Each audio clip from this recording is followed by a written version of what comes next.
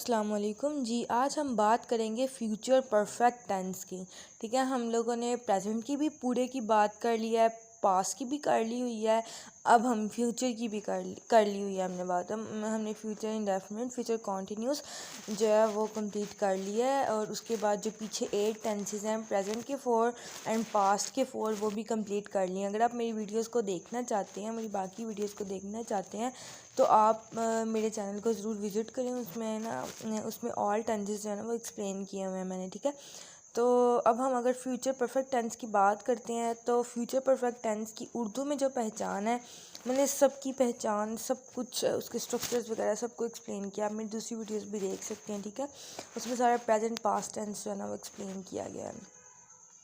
अब हम बात करते हैं कि जी इसकी उर्दू में पहचान है चुका होगा, चुकी होगी, चुके होंगे।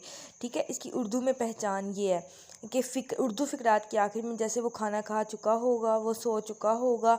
ठीक है, चुका होगा, चुकी होगी और चुके होंगे, इसके जो है ना लास्ट में उर्दू फ़िक़रात के आखिर में आता है। नेक्स्ट अगर हम इसके स्ट्रक्चर की बात करते हैं, सिंपल सेंटेंसेस के स्ट्रक्चर की, नेगेटिव सेंटेंसेस के स्ट्रक्चर की और इंटेरोगेटिव सेंटेंसेस के स्ट्रक्चर की। फर्स्ट ऑफ ऑल हम बात करते हैं जी सिंपल सेंटेंस के स्ट्रक्चर की, फ्यूचर परफेक्ट टेंस के सिंपल सेंटेंस के स्ट्रक्चर की। तो सिंपल सेंटेंस में क्या है जी, सबसे पहले singular subject structures. Singular subject structures कौन कौन से हैं जी? सबसे पहले तो हमें पता होना चाहिए कि जी सिंगुलर सब्जेक्ट्स कौन कौन से हैं। सिंगुलर सब्जेक्ट्स कौन कौन से हैं? ही, शी, इट, दिस या कोई सिंगल नेम। तो ये कौन कौन से हैं जी? ये सिंगुलर सब्जेक्ट्स, इनको क्या बोलते हैं? Singular subjects. तो अगर हम इसके सिंगुलर सब्जेक्ट के स्ट्रक्चर की अगर हम बात करते हैं, तो सिंगुलर सब्जेक्ट का स्ट्रक्चर ये है कि इसके अंदर सब्जेक्ट लगता है, मतलब सिंगुलर सब्जेक्ट, मतलब ही, शी, इट, दिस या कोई सिंगल नेम, इनमें से सब्जेक्ट। देन इसका हेल्पिंग वर्ब है विल हैव। इसको माइंड में रखिएगा, इसमें कोई हैज़ नहीं आता, इसमें सिंपल जो है ना सिंगुलर सब्जेक्ट स्ट्रक्चर के साथ भी और प्लूरल सब्जेक्ट के स्ट्रक्चर के साथ भी will have, shall have he लगता है। अब अगर हम बात करते हैं जी स्ट्रक्चर की, तो विल हैव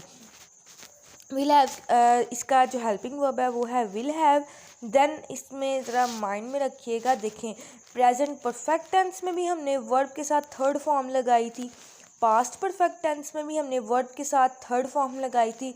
अब हम फ्यूचर परफेक्ट टेंस में भी वर्ब की थर्ड फॉर्म लगाएंगे। ठीक है, eat, ate, eaten, give, gave, given, go, went, gone. ठीक है, तो इसमें भी हम क्या लगाएंगे? वर्ब की थर्ड फॉर्म और ये भी याद रखिएगा कि इसमें जो हेल्पिंग वर्ब है वो है विल हैव।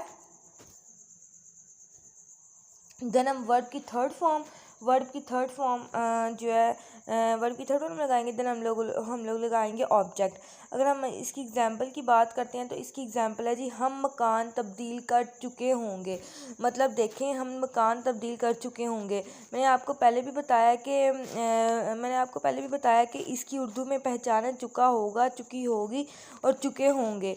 तो इसमें अगर हम बात करते हैं इसकी उर्दू में, अगर हम इसके जुमले की बात करते हैं, तो वो है हम मकान तब्दील कर चुके होंगे। हम मकान तब्दील कर चुके होंगे। तो इसकी इंग्लिश क्या है जी? We shall have change the house. तो मैंने आपको पहले भी बताया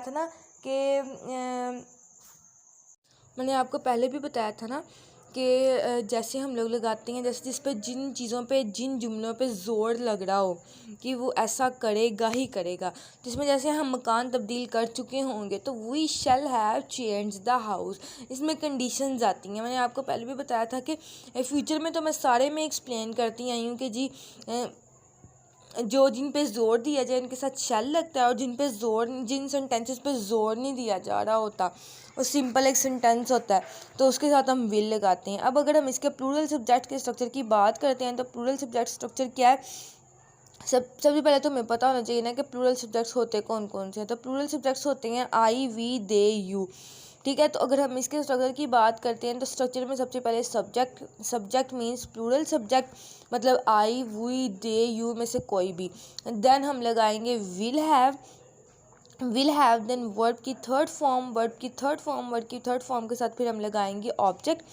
अब अगर हम इसकी एग्जांपल की बात करते हैं, तो इसका एग्जांपल क्या है? जैसे तुम नाश्ता कर चुके होगे, you will have taken breakfast, मतलब तुम नाश्ता कर चुके होगे, मतलब ठीक है। तो देखिए अब उर्दू फ़िक्रे के आखिर में क्या आ गया, चुके होगे। तो हम लोग इसके साथ क्या लगाएंगे, you will have taken breakfast, that means कि तुम नाश्ता कर चुके होगे। अब हमने बात कर लिया जी सिंपल सेंटेंसेस में, मतलब सिंपल सेंटेंसेस में इसके सिंगुलर सब्जेक्ट स्ट्रक्चर की भी बात कर लिया और हमने प्लूरल सब्जेक्ट के स्ट्रक्चर की भी बात कर लिया। अब हम आते हैं नेगेटिव सेंटेंस के स्ट्रक्चर की तरफ और इंटरोगेटिव सेंटेंस के स्ट्रक्चर की तरफ। अब अगर हम आते हैं नेगेटिव सेंटेंस के स्ट्रक्चर की तरफ, तो पहले तो मैं आपको बता दूं कि जिस पे ज़ोर दिया जा रहा होता है उसके साथ आई वी के साथ शेल हैव, और जिस पे ज़ोर नहीं दिया जा रहा होता उसके साथ आई वी के साथ विल हैव। ये आपको याद रखना पड़ेगा कि जिस पे ज़ोर दिया जाए शेल है, इसमें हैज़ है कोई कॉन्सेप्ट नहीं है, हैज़ लहदा तो हैव लहदा। जैसे हमने प्रेजेंट इंडेफिनिट में टेंस में लगाया था कि जी जो सिंगुलर सब्जेक्ट स्ट्रक्चर्स हैं, सिंगुलर सब्जेक्ट्स हैं उसके साथ हैज़, और जो प्लूरल सब्जेक्ट्स हैं उनके साथ हैव। तो ये इसमें इस तरह का कोई सीन नहीं है, इसमें सिंपल हैव ही लगना है, will have shall have will have shall, मतलब बस ये है कि आई वी के साथ शैल हैव जिस पे जोर दिया जा रहा होता है, जिस पे जोर नहीं दिया जा रहा होता उस पे आई वी के साथ विल हैव। अब अगर हम आगे बात करते हैं नेगेटिव सेंटेंसेस की, नेगेटिव सेंटेंस के स्ट्रक्चर में सिंगुलर सब्जेक्ट का स्ट्रक्चर। सिंगुलर सब्जेक्ट सबसे पहले हमें पता होना चाहिए कौन कौन से होते हैं, शी इट दिस या कोई सिंगल नेम। अब अगर हम इसके स्ट्रक्चर की बात करते हैं तो स्ट्रक्चर में सब्जेक्ट के साथ फिर विल नॉट हैव। देखें विल है, अब कुछ लोग इस तरह के मिस्टेक करते होंगे, सब्जेक्ट के साथ नोट लगा देते होंगे, मतलब सब्जेक्ट के बाद नोट लगा देते होंगे, ठीक है। वैसे कर देते होंगे कि जी सब्जेक्ट के बाद नोट लगा दिया, तो इस तरह कर दिया, या फिर विल हैव के बाद नोट लगा दिया। नहीं, इस तरह नहीं करना, ये आपने अपने माइंड में रखना है कि विल नॉट हैव, फिर हम लोगों ने क्या लगाना है, विल नॉट हैव, मतलब विल लगा के नॉट के बाद है, फिर देन वर्ब की थर्ड फॉर्म के साथ फिर हम लोगों ने साथ लगाना है ऑब्जेक्ट। फिर अब अगर हम इसकी एग्जांपल की बात करें तो इसकी एग्जांपल में जी शिकारी ने कोई परिंदा नहीं पकड़ा होगा। The hunter will not have caught any bird. देखिए कैच कॉट काट, मतलब जैसे मैंने आपको स्ट्रक्चर की बात बताई थी कि विल नॉट हैव है ना, तो इसमें भी क्या लग जाएगा, विल नॉट हैव, ठीक है। इसमें आप देख लीजिए। उसके बाद कैच के बाद सेकंड थर्ड फॉर्म कौन कौन सी है, कॉट और caught. The hunter will not have caught any bird. अब अगर हम इसके प्लूरल सब्जेक्ट के स्ट्रक्चर की बात करते हैं तो प्लूरल सब्जेक्ट कौन कौन से हैं जी, I we they you, plural subjects हैं, ठीक है, आई वी दे यू। अब अगर हम इसके स्ट्रक्चर की बात करें तो स्ट्रक्चर क्या है जी, सब्जेक्ट से मुराद है प्लूरल सब्जेक्ट्स कौन कौन से जी, I we they you. Then will not have then verb की थर्ड फॉर्म के साथ क्या लगाना है, ऑब्जेक्ट।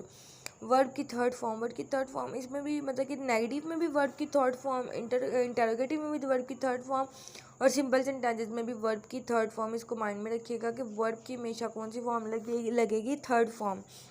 देन हम लगा देंगे ऑब्जेक्ट लगा के फिर अगर इसकी एग्जाम्पल की बात करते हैं तो वो है जी लड़कों ने माफ़ी नहीं मांगी होगी।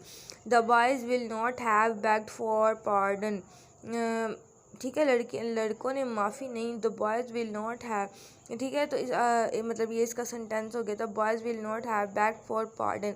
अब अगर हम इसके इंटरोगेटिव सेंटेंसेस की बात करती हैं तो सबसे पहले हम इंटरोगेटिव सेंटेंसेस के स्ट्रक्चर की बात करेंगे, फिर हम इंटरोगेटिव सेंटेंस में सेंटेंस लिख के हम उसकी एग्जांपल को समझेंगे। इंटरोगेटिव सेंटेंस है जी सिंगुलर, मैंने इसको इकट्ठा लिख दिया, सिंगुलर प्लूरल सब्जेक्ट का स्ट्रक्चर मैंने इकट्ठा कर दिया। देखिए सिंगुलर सब्जेक्ट कौन सा जी, विल। अच्छा कुछ लोग लगा देते होंगे